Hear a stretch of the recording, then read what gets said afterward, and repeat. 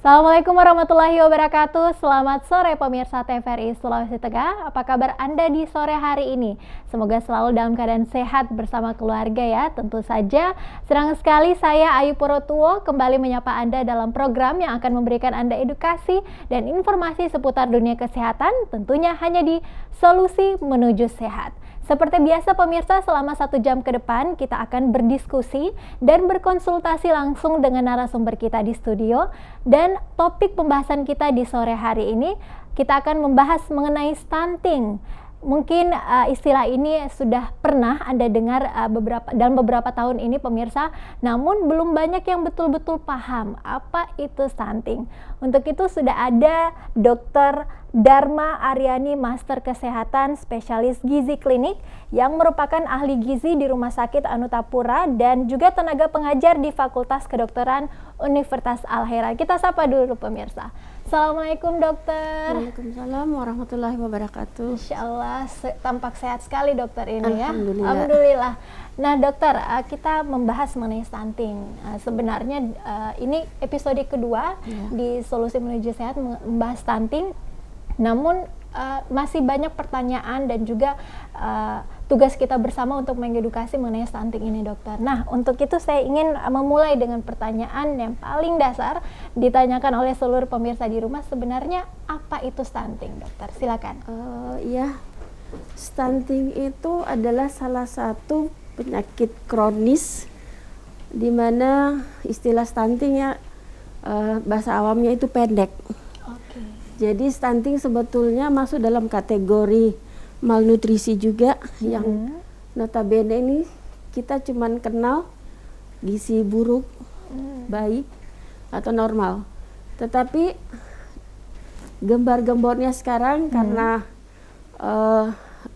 program pemerintah ya mengenai stunting ini sebetulnya dia dievaluasi ya mulai dari 1000 hari pertama kelahiran. Kehidupan ini kita akan pantau tumbuh kembang dari anak tersebut. Jadi stunting itu gagal tumbuh, atau istilahnya dengan istilah kerdil, pendek. Kerdil atau pendek, pengkerdilan begitu yang terjadi pada anak-anak dalam usia 1000 hari pertama kehidupan. Oke, nah seperti itu pemirsa. Jadi seperti yang dikatakan Dokter Dharma tadi, pengkerdilan. Nah dokter, mungkin seperti yang dokter katakan tadi yang awam kita dengar itu hanya gizi buruk begitu. Ternyata stunting juga adalah bagian dari malnutrisi. Termasuk salah satu malnutrisi. Yang diukur itu notabene-nya dengan menggunakan tinggi badan menurut umur untuk pemeriksaan antropometri. Berarti memang stunting karena artinya pengkerdilan erat kaitannya dengan tinggi badan. Dan itu kita ukur sesuai dengan kriteria umurnya. Oke. Nah sebenarnya apa yang menyebabkan stunting ini dokter? Stunting adalah suatu penyakit kronis yang kita tidak tahu asal mulanya dari mana, tetapi kita harus lihat dari hulunya dulu. Artinya bagaimana dia di awal pembuahan sampai dia masa tumbuh kembangnya itu ada namanya tumbuh kembang yang tidak normal. Oleh karena banyak faktor mungkin ya, terutama di sini faktor ibu. Ibu. Apakah ibu ini siap untuk melahirkan seorang anak yang sehat? Apakah ibu siap melahirkan seorang anak yang sehat?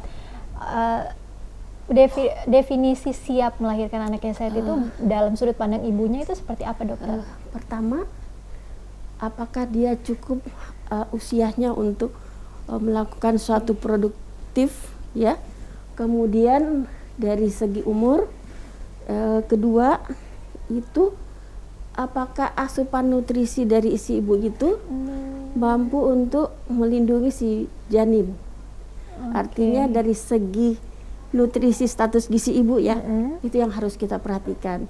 Kemudian ketiga bisa jadi faktor pendidikan sendiri. Ya, biasanya tingkat pendidikan itu biasanya kan kalau kita lihat stunting itu di daerah-daerah terpencil, daerah-daerah 3T, status ekonomi yang sosioekonomi yang di bawah itu kebanyakan mengalami gizi kurang atau gizi buruk malah. Itu bisa mengakibatkan juga stunting. Oke, banyak faktor sosioekonomi, faktor tadi nutrisi ibu. Selain itu apa lagi dokter? Ya saya lihat terutama umur ya, umur apakah siap. Nah kan kita untuk ibu-ibu yang masa produktif ya, bukan ibu usia subur itu umur 15 tahun sampai umur 35 ya. Nah di situ yang 15 tahun itu yang siap untuk menjadi seorang ibu, kita canangkan kalau bisa di atas 20 tahun. Karena untuk sudah siap menjadi ibu yang produktif. Ya, jadi tidak hanya secara fisik begitu ya, tapi namun juga emosional siap menjadi ibu dokter. Oke, namun ketika anak kita begitu divonis menderita stunting, sebenarnya apa ciri-cirinya dokter? Ciri-ciri dari stunting ada dari penelitian perkumpulan tentang stunting itu sejak bayi lahir dengan panjang badan kurang dari 45 itu tanda awal dari ukuran panjang badan lahir ya. Dengan berat badan lahir rendah di bawah 2.500 itu kita sudah harus observasi. Itu sudah salah satu ciri awal. Salah satu ciri awal tumbuh kembang, dan kita bisa menilai nanti pada umur 2 tahun di mana usia anak-anak yang sama umur tinggi itu kita sesuai dengan usianya ya, tetapi dia tidak bertumbuh. Jadi bisa dilihat dari umur 2 tahun. Karena tidak semua yang stunting itu mengalami gizi buruk. Ada yang gizi buruk tetapi pendek, ada normal tetapi pendek, ada yang normal-normal saja, atau ada yang pendek tetapi obes. Itu yang yang harus kita pahami. Yang kedepannya yang takutnya kita ya untuk penyakit degeneratif itu, untuk yang normal pendek obes itu yang bisa jadi kedepannya tidak menutup kemungkinan terjadi penyakit degeneratif. Ya, biasanya DM pada anak-anak ya bisa terjadi hipertensi. Berarti memang pada jangka panjang yang ditakutkan adalah penyakit degeneratif. Dokter ya. Tapi dokter, kalau kita lihat di Sulawesi Tengah sendiri, khususnya di Kota Palu, sebenarnya angka stunting ini berkisar pada angka berapa nih sepengetahuan dokter? Di Kota Palu ya termasuk untuk ini saya tidak terlalu paham dengan berapa persen, tetapi kemarin kan ada canangkan daerah-daerah yang harus kita kembangkan itu, terutama yang sempat di Unisa juga kerjasama itu daerah Parigi Motong, salah satu daerah fokus untuk daerah stunting, pencegahan stunting begitu. Kalau di Kota Palu sendiri bagaimana dokter? Kota Palu kayaknya untuk informasi kita belum. Namun lebih di atas Parigi mungkin ya. Makanya Parigi kemudian menjadi fokus untuk daerah lokusnya kita di stunting itu. Nah dokter, kita berbicara stunting erat kaitannya dengan gizi tadi sangat. Untuk itulah dokter ada di sini membahas gizi. Ini gizi buruk kemudian bisa menjadi stunting. Salah satu cirinya tadi kita melahirkan bayi kemudian hanya di bawah 45 panjang badan di bawah 45 cm dan berat badan kurang di bawah dari 2.500 gram. Nah, setelah itu apa yang harus kita lakukan sebagai ibu untuk mencegah agar anak kita ini tidak menjadi stunting? Yang pertama dari ibunya dulu. Ibunya dulu yang pertama kan saya harus bilang harus pengetahuannya. Jadi bagaimana tingkat pengetahuan atau pendidikan si ibu mengenai asupan nutrisi, terutama ada yang kita sebut dengan makronutrien atau mikronutrien. Makronutrien itu yang kita fokus pada karbohidrat, protein dan lemak. Ada mineralnya, air juga. Mikronutriennya itu vitamin, mineral. Kemudian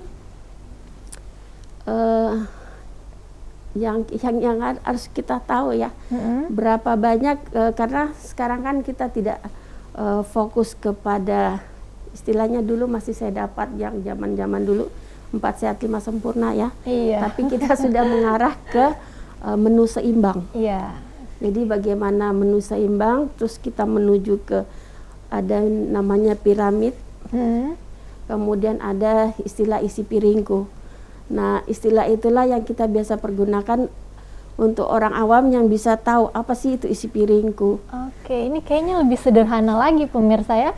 Kalau dulu kita selalu dengar 4 sehat 5 sempurna, sekarang apa isi piringku? Ya. Nah, apa isi piring kita seharusnya, dokter? Isi piringku itu kita bisa membagi. Ada yang ya misalnya nih piring nih, kita bagi karbohidrat 1/4. Terus protein lemaknya itu harus lebih banyak, sayurannya.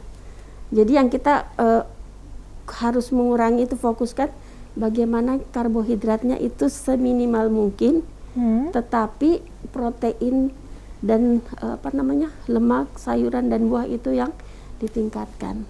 Oke, berarti tidak seperti kebiasaan kita sebelumnya yang kayaknya satu piring itu nasi semua, dokter, bukan ya? Bukan. Jadi bagaimana kita bisa meminimalis kebutuhan karbohidratnya kita, karena karbohidrat kan itu kan sebagai sumber energi saja, tetapi bukan suatu pembangun.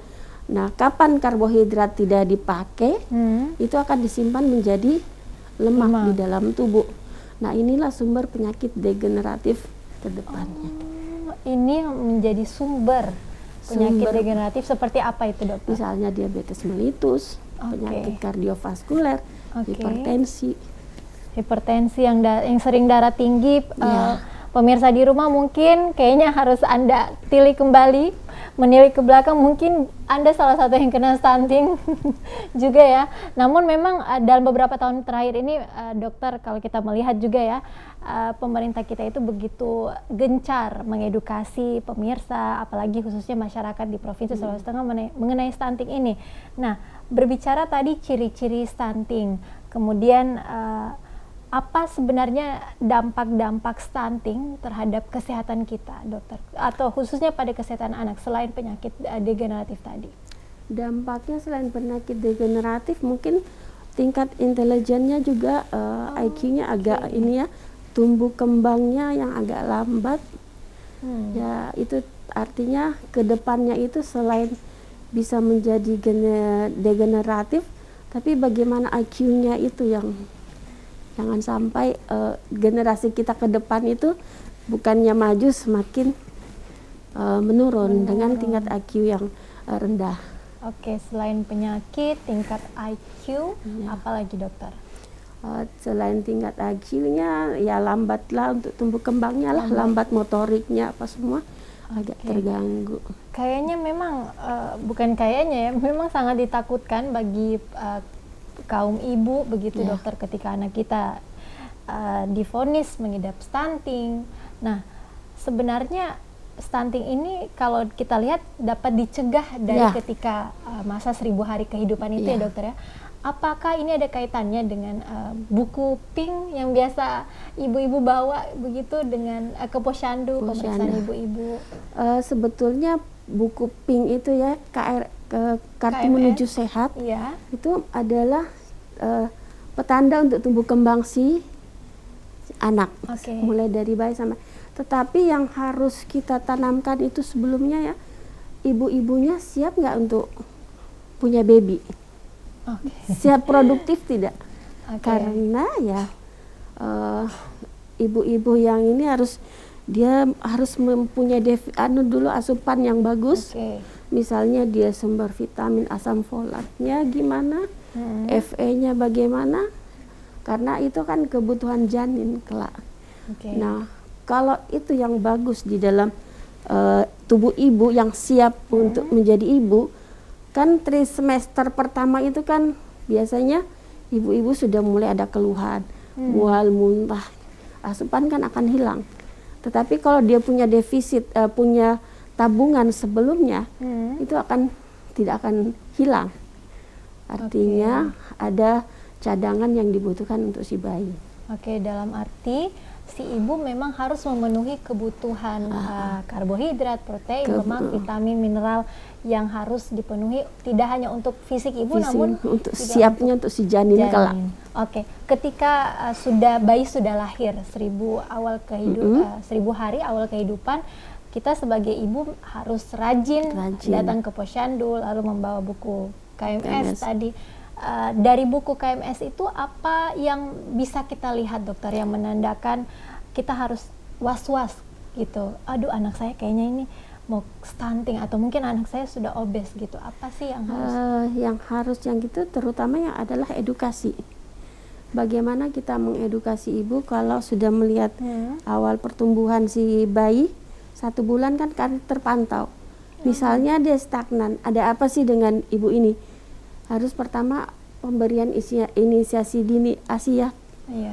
Kemudian apakah ibu ini sudah siap untuk memberi ASI sampai 6 bulan, ASI eksklusif. Nah, itu yang kemudian yang harus kita pantau ibunya lagi. Walaupun ibunya siap untuk melakukan memberikan ASI eksklusif, tetapi status gizi ibunya gimana? Kalau dia malnutrisi, kalau dia normal alhamdulillah ya. Tetapi kalau ibunya sendiri mengalami gizi kurang misalnya, apakah kualitas ASI-nya itu menunjang untuk si bayi? Jadi ASI ini juga berbeda-beda kualitasnya, dokter? Berbeda, tergantung pabriknya lah istilahnya. Tergantung apa yang dimakan oleh si ibu, dokter ya. Nah, jadi kalau misalnya kita selayaknya ibu ya, biasanya itu kayaknya sudah memberikan yang terbaik bagi anak kita, bagi bayi kita, udah kasih ASI eksklusif, tapi kok dilihat di grafik di buku KMS itu tidak ada pertumbuhan. Begitu, dokter. Ya, saya kembali lagi si ibunya. Karena ASI eksklusif kan itu 6 bulan, tidak ada apa-apa selain ASI. Jadi ibunya yang harus kita edukasi, pantau. Karena walaupun saya bilang iya saya kasih ASI, tapi kualitas ASInya ibu bagaimana? Karena lihat body ibunya, status gizinya gimana. Jadi mungkin itu juga yang membedakan kenapa ada baby yang dalam 6 bulan awal itu begitu cepat sekali pertumbuhannya, namun ada juga yang kayaknya lambat, dokter ya. Nah, kemudian dikatakan stunting ketika apa, dokter? Dikatakan stunting itu jadi untuk yang dari awal ya lahir dengan umur panjang badan 45, kita sudah warning. Jadi untuk dikatakan stunting pas sampai umur 2 tahun kok tumbuh kembangnya stagnan. Stagnan ini dalam arti artinya apa? Dalam arti kata teman-temannya kok sudah 2 tahun itu sudah ada yang tinggi, sudah dengan umur yang sama, tetapi kok anak ini tetap. Jadi itu yang harus segera kita memberikan edukasi. Jangan sampai golden period emas itu ya, lambat. Lambat ya, dokter ya. Artinya ketika 2 tahun sudah kita ketahui anak kita stunting, begitu, dokter, adakah pencegahan atau penanganan dulu? Untuk pencegahan itu mungkin karena dia suatu penyakit kronis yang sudah lama dari kandungan, otomatis bagaimana kita cuman memperbaiki apakah tumbuh kembangnya itu bagus, kemudian tidak mengalami suatu penyakit infeksi atau mudah terjadi infeksi ya. Jadi daya tahan tumbuhnya gimana? Ya salah satunya itu kita harus melakukan tindakan-tindakan jangan sampai mudah terjadi infeksi, kemudian asupannya diperbaiki. Kemudian yang jadi biasanya ya kalau ibu-ibu ini setelah anak umur 6 bulan kan harus segera MPASI ya, makanan pendamping ASI. Ini yang betul-betul kita dari awal kita sudah harus segera pemberian makanan pendamping untuk membantu cadangan yang hilang di ASI tersebut, terutama FE, zat besi. Zat besi, yang paling utama adalah zat besi. Nah pemirsa di rumah, jika Anda memiliki pertanyaan terkait topik yang sedang kita bahas di sini, silakan langsung berikan pertanyaan Anda di line interaktif kami di 0451 452 414. Anda berkesempatan untuk berkonsultasi langsung dengan Dr. Dharma Aryani, MKes SPGK di sini bersama kita. Dan dokter, kembali nih membahas ketika berbicara tentang MPASI ya dokter, biasanya kan ketika bayi masuk 6 bulan kemudian MPASI, banyak sekali makanan-makanan cemilan, iya instan begitu ya, yang dijual sebagai makanan MPASI. Nah menurut dokter, apakah itu lebih disarankan atau makanan olahan sendiri yang dibuat? MPASI ini ada yang instan ya, tapi harus dipilah-pilah juga. Apakah jadi kalau kita sebagai ibu rumah tangga harus jeli juga, membeli satu produk harus melihat label. Labelnya, kandungan di dalam situ apa? Yang takutnya itu ada penambahan zat, ya misalnya ada zat-zat yang tidak bagus dikonsumsi secara lama, misalnya minuman-minuman dengan pemanis, artinya gula yang berlebihan, jenis gula, tetapi kan gula yang biasa sintesis ya, yang biasa dipakai itu yang kita takutkan untuk kedepannya. Kemudian penggunaan monosodium glutamat atau MSG yang berlebihan itu juga bisa terjadi pemicu penyakit degeneratif.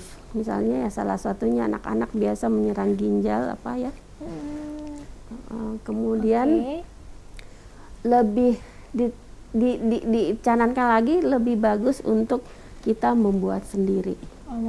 Karena kita tahu dia punya komposisi, kemudian pemberian makanan zat-zat lain itu kita tahu. Kayaknya memang lebih terjamin kalau tangan ibu ya. Olahan tangan ibu pemirsa. Nah dokter, misal dalam masa MPASI 6 sampai kemudian mencapai 2 tahun begitu ya, sudah dilakukan banyak upaya, namun kayaknya masih belum ada pertumbuhan yang signifikan. Nah kemudian divonis stunting. Seperti apa sebenarnya pengawasan dan juga pendampingan terhadap anak yang sudah divonis stunting ini dokter? Pengawasan dan pendampingannya itu ya kita harus tetap edukasi terus. Edukasi terhadap si ibu dan lingkungan sekitarnya. Karena lingkungan juga akan mempengaruhi tumbuh kembang anak. Artinya lingkungan yang sehat atau gimana kan kita akan teradaptasi juga, tetapi kalau lingkungan yang hygiene-nya di bawah, otomatis kita akan terbawa juga ke situ. Jadi minimal selalu ada edukasi dan edukasi untuk si ibu. Jangan selain itu dokter, apa ada lagi? Edukasi yang terutama gizi ya. Bagaimana kita mengajarkan ibu itu yang namanya makronutrien, misalnya karbohidrat. Karbohidrat itu ada istilahnya ya, bahan penukar. Berarti karbohidrat itu bukan cuma nasi tok. Jadi kita di Sulawesi Tengah ya, kayak akan berbagai produk, misalnya ketela yang disebut ubi jalar itu kan termasuk salah satu karbohidrat. Kemudian pisang sepatu itu, pisang kepo atau pisang lainnya itu di dalamnya ada juga kandungan karbohidrat. Dokter, sebelum kita lanjutkan kembali, sudah ada penelpon yang masuk. Halo, assalamualaikum, selamat sore. Ya, selamat sore. Iya, silakan dengan Bapak Hamlan di Lagarutu. Silakan Pak langsung dengan pertanyaannya. Ya, terima kasih kesempatan yang diberikan. Tadi dijelaskan sama Bu Dokter bahwa indikator untuk melihat stunting itu adalah dengan melihat panjang badan. Selain panjang badan, apakah ada indikator lain yang bisa dijadikan referensi atau ukuran untuk menilai seseorang itu bahwa dia termasuk stunting? Misalnya, apakah melalui berat badan atau yang lain? Saya mohon penjelasannya, Bu Dokter. Oke, baik. Terima kasih. Waalaikumsalam warahmatullahi wabarakatuh. Pak Hamlan di Lagarutu, pemirsa, pertanyaan apakah hanya tinggi badan atau ada parameter lain untuk melihat apakah stunting? Untuk stunting ini sebetulnya cara penilaiannya kan dia pengukuran tinggi badan. Apakah dia tinggi? Kalau pengukuran misalnya berat badan, itu bisa mengarah ke status gizi. Misalnya dia obesitas, kurus, gizi kurang, gizi buruk ya, kurus, obes atau normal. Itu pengukuran untuk berat badan. Kalau untuk stunting, dia memang terstandar untuk mengukur tinggi badan. Jadi tinggi badan menurut umur. Oke, nah semoga menjawab pertanyaan Pak Hamlan. Jadi stunting itu hanya di pengukuran tinggi badan sesuai umur. Oke. Jadi itu adalah salah satu pemeriksaan antropometrik namanya. Antropometri. Oke. Nah, karena pertanyaan Pak Hamlan ini, saya jadi ingin bertanya juga, dokter. Bagaimana? Apakah kalau memang ini berkaitan dengan tinggi, apakah stunting ini juga erat kaitannya dengan genetika? Kalau misalnya orang tuanya nih, ya biasa-biasa saja, dokter, tingginya ya tidak begitu tinggi lah, ya anaknya pasti ya begitu juga kan, tidak beda jauh begitu. Kita contoh ya di Asia, di Jepang dulu itu kan anaknya rata-rata pendek. Nah dari segini bisa dijatakan kalau ibunya pendek, bapaknya pendek, otomatis anaknya juga akan mengalami pendek, stunting. Tetapi kalau dari awal kita sudah memulai bagaimana ibu untuk siap menjadi ibu, kita asupan nutrisinya kita perbaiki, itu stunting itu bisa di-cut.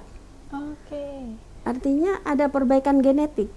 Dengan menggunakan nutrisi yang tepat, genetik itu akan hilang, kita akan kikis. Dan itu sudah dibuktikan di Jepang, dokter, di Jepang ya? Sudah orangnya malah tinggi-tinggi. Iya. Kalau saya tidak salah membaca juga salah satunya Korea Selatan, dokter ya. Dan kalau kita lihat juga contohnya di Jakarta begitu ya, dibandingkan puluh-puluh tahun yang lalu juga anak-anaknya itu nampak lebih tinggi semua dari orang tuanya. Semoga juga di Provinsi Sulawesi Tengah seperti itu, dokter ya. Nah, namun menarik tadi yang dokter bilang dari faktor pemberian gizi, kemudian merekayasa genetikanya. Kalau dari beberapa tahun yang lalu, dokter, biasanya ada pemberian kacang hijau begitu di posyandu atau bahan tambahan untuk penunjang protein. Apakah juga masih ada program-program seperti itu dari pemerintah kita untuk memperbaiki pemberian gizi anak-anak ini? Ya, untuk pemberian nutrisi yang terutama untuk tumbuh kembang anak, yang dibutuhkan sebetulnya itu program adalah protein hewani. Protein hewani itu bagaimana kita berikan kepada anak lebih dominan hewani dibanding nabati. Istilahnya 2:1, hewani 2 kali, nabati 1 kali. Oke, mungkin buat pemirsa di rumah yang sudah lupa protein hewani dan protein nabati seperti apa, nampaknya saya juga sudah lupa, dokter. Boleh dijelaskan sedikit ini lebih mudahnya apa sih ini, dokter? Protein kan terbagi 2 sebagai zat pembangun ya. Protein hewani itu adalah seperti ikan-ikan, ayam, semua yang bernyawa ya. Kayak daging merah, sapi Kemudian nabati itu dari tumbuh-tumbuhan, tahu, tempe, kacang-kacangan. Tetapi untuk tumbuh kembang anak yang diharuskan itu adalah lebih banyak ke hewani. Karena di situ artinya lebih cepat untuk diproses di dalam tubuh untuk dipakai sebagai tumbuh kembang. Apalagi kita di Sulawesi Tengah, kaya akan lautnya, ikannya. Itu kenapa kita tidak? Nah sekarang kan di Sulawesi Tengah ada tuh budayakan makan ikan. Iya. Nah itu sangat membantu. Kemudian bagaimana kita pelihara ternak lah, kayak ayam bisa makan telur, putih telur terutama, itu sangat membantu untuk tumbuh kembang. Protein putih telur malah membuat massa otot lebih besar. Salah satunya itu. Apakah itu juga dimulai dari masa MPASI itu, dokter? Ya. Jadi bagaimana ibunya cerdas di dalam mengolah bahan makanan untuk mengejar tumbuh kembang si anak. Jadi jangan takut makan ikan, nanti cacingan, enggak, itu mitos. Kayaknya mitosnya keliru sekali, dokter. Sangat. Jangan takut makan ikan karena cacingan. Aduh, itu tidak betul ya, pemirsa di rumah. Nah, dokter, selain dalam masa 2 tahun begitu ya, misal kita sudah tingginya sudah tidak sesuai dengan umur. Nah, memasuki usia sekolah, anak-anak, apakah masih ada cara begitu agar tetap dia masih bisa bertumbuh dengan selayaknya? Masih. Jadi umur anak itu sampai 18 tahun ya. Okay. Jadi tumbuh kembang anak itu harus tetap terpantau dengan tetap asupan nutrisi yang adekuat. Kembali lagi ke asupan nutrisi. Asupan nutrisi. Jadi sangat disayangkan ya. Saking banyaknya jajanan di pinggir jalan, somai-somai, Masya Allah. Apakah bisa kita olah sendiri di rumah atau bagaimana? Tapi itu apa suatu budaya, saya juga tidak tahu ya. Tapi usahakan kalau ingin lebih sehat, kita mengolah sendiri kalau ada waktu. Oke, kalau ada waktu lebih baik kita mengolah sendiri karena erat kaitannya dengan tumbuh kembang anak kita. Iya. Oke. Nah, pemirsa di rumah, jika Anda masih memiliki pertanyaan, kami masih menunggu di line interaktif kami di 0451 452 414. Dokter, seputar stunting ini banyak sekali mitos-mitos yang beredar. Nah, salah satunya tadi sudah dokter jawab, apakah stunting ini disebabkan faktor genetik, tapi jawabannya apa, dokter? Kayaknya saya belum mendapatkan jawabannya. Jawabannya itu antara ya dan tidak, tetapi lebih banyak kita mengarah ke tidak genetiknya itu, karena kita bisa pangkas dengan pemberian asupan yang lebih bagus. Oke, jadi mitos ya, dokter ya? Bisa jadi mitos. Bisa jadi mitos. Nah, tadi dokter mengatakan protein hewani. Nah, apakah susu itu bisa jadi terapi untuk stunting? Ini sering banget nih, dokter, apalagi ya di ibu-ibu muda milenial, itu sering banget kita dengar terapi susu untuk pencegahan stunting. Apakah itu betul? Terapi susu di situ komposisinya kan ibu-ibu yang ingin praktis, bisa jadi dia mengarah lebih enak susu karena komposisinya sudah memenuhi. Tetapi lebih bagusnya lagi kita sesuaikan dengan kebutuhan makronutrien. Jangan lepas dari kebutuhan makronutriennya kita, karena kita butuh seratnya juga. Butuh. Jadi kalau asupan makronutriennya, mikronutriennya terpenuhi, kita bisa menepis untuk minum susu, bisalah sekali-sekali ya. Tapi kalau ingin lebih memperbaiki, tidak ada salahnya untuk menambah dengan pemberian susu. Tetapi ingat, selama ini pemberian susu itu ada 2 macam yang mereka berikan. Rata-rata itu susu kental manis yang penting putih. Yang penting putih ya. Tetapi tidak tahu kadarnya, yang putih itu bukan suatu susu murni, tetapi itu adalah gula. Jadi setengah dari itu adalah gula. Jadi untuk ibu-ibu yang ingin betul-betul, terutama ekonomi yang di bawah ya, kalau ingin memberi anaknya lebih baik mengarah ke susu bubuk dengan komposisi yang bagus. Tetapi kalau dengan gunakan susu kaleng itu sama dengan kita memberi air gula kepada si anak. Oke, berarti SKM ini susu kental manis ini layaknya pemanis. Pemanis dokter, saja. ya. Jadi sangat disayangkan kalau diberikan pada anak kita yang masih di bawah 2 tahun begitu dokter ya. Oke. Jangankan cuman anak, orang besar pun sebaiknya sebagai untuk ya makan roti atau apa pemanis saja. Oke, nah itu pemirsa, pemanis saja, jangan dikonsumsi setiap hari. Karena kata dokter, seperti yang dokter sampaikan tadi, setengahnya itu adalah gula. Sebenarnya ya. Oke, pertanyaan selanjutnya dokter. Dokter juga tadi mengatakan konsumsi ikan ya. Apa mitos atau fakta konsumsi minyak ikan itu bisa membantu atasi stunting? Di minyak ikan itu yang kita butuhkan di situ adalah omega 3-nya. Untuk mengatasi stunting itu sepertinya tidak mengarah ke sana ya, tidak tepat sasaran. Jadi di dalam minyak ikan itu yang terkandung adalah omega 3. Jadi untuk dia sebagai anti-inflamasi, anti peradangan juga bagus. Untuk vitamin-vitamin ada di situ kandungan. Tapi kalau untuk stunting sebaiknya dia mengkonsumsi daging ikannya. Oh, daging ikannya. Iya. Jadi minyak ikannya kayaknya kurang tepat sasaran begitu dokter ya? Tidak tepat sasaran dia. Tidak tepat sasaran. Wah, pemirsa, padahal banyak sekali kita lihat begitu dokter, iklan-iklan minyak ikan begitu dalam berbagai macam kemasan dijual dengan embel-embel ini meningkatkan ini. Namun ternyata lebih baik mengkonsumsi ikannya langsung. Oke, nah itu pemirsa, lebih baik konsumsi ikannya langsung. Jadi kayaknya mitos dokter ya? Mitos. Oke, selanjutnya dokter juga tadi mengatakan kalau anak kita terkena stunting, kayaknya itu sangat linear dengan tumbuh kembang anak kita. Nah, berarti speech delay atau keterlambatan berbicara itu erat juga hubungannya dengan stunting? Dengan tumbuh kembang anak.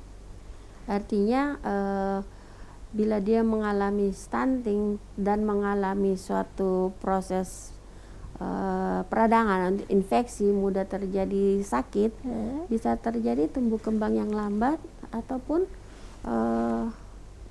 cara motoriknya, visualnya tapi agak lambat tumbuh kembangnya. Jadi tapi tidak semua stunting juga mengalami tumbuh kembang misalnya motoriknya lambat, tidak semua. Tidak semua. Iya. Oke, berarti kalau misalnya anak kita stunting itu sudah pasti speech delay kayaknya cuman tumbuh kembangnya. Kalau memang dia mengalami penyakit infeksi kronisnya yang lambat sehingga status gizinya juga sudah mulai menurun, istilahnya dia pendek kurus, kita warning dengan mudah tumbuh kembangnya itu agak lebih lambat. Oke. Tadi dokter bilang pendek kurus. Nah, kondisi-kondisi apa lagi nih dokter? Stunting ya, pendek kurus, pendek gemuk. Pendek gemuk ini yang ditakutkan mungkin nutrisinya bagus ya, tapi dia sudah masuk ke kategori pendek. Tetapi yang kita takutkan dengan obesnya itu apakah dia ke depannya itu mungkin mudah terjadi penyakit degeneratif. Oke. Nah dokter, kalau kita lihat bayi atau balita begitu ya, pendek, gemuk, kenapa, maksudnya apa itu yang bisa menyebabkan anak kok bisa gemuk? Artinya kan kalau dilihat sekilas gemuk itu kan banyak banget menyerap gizi gitu ya, tapi kok kemudian pendek begitu dokter? Yang perlu diketahuinya ya, kita mesti tahu asupan apa sih yang dikonsumsi si anak ini sampai bisa terjadi gemuk. Misalnya untuk anak-anak yang di atas 2 tahun ya, mungkin dia obes, tetapi kita lihat asupan yang dikonsumsi itu apa. Jadi kita harus tahu food recall istilahnya. Apa dokter? Food recall. Kita harus mengetahui jenis makanan apa yang dikonsumsi. Misalnya cemilannya lebih tinggi, makan gorengan yang lebih banyak, snack-snacknya yang mungkin mudah untuk terjadi obes sehingga mudah terjadi penyakit degeneratif. Oke, sedikit saja dokter mengenai obesitas. Saya juga agak worry nih karena saya punya baby di rumah, ponakan.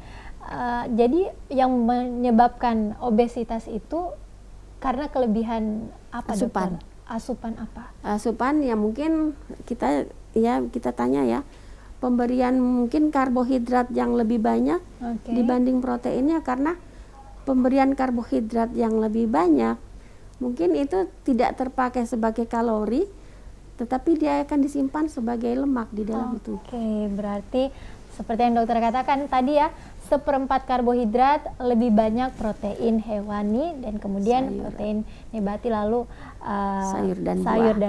sayur dan buah. Oke, sudah closing pemirsa, ternyata rupanya dokter sebagai penutup boleh berikan kesimpulan ataupun pesan-pesan kepada seluruh pemirsa di rumah.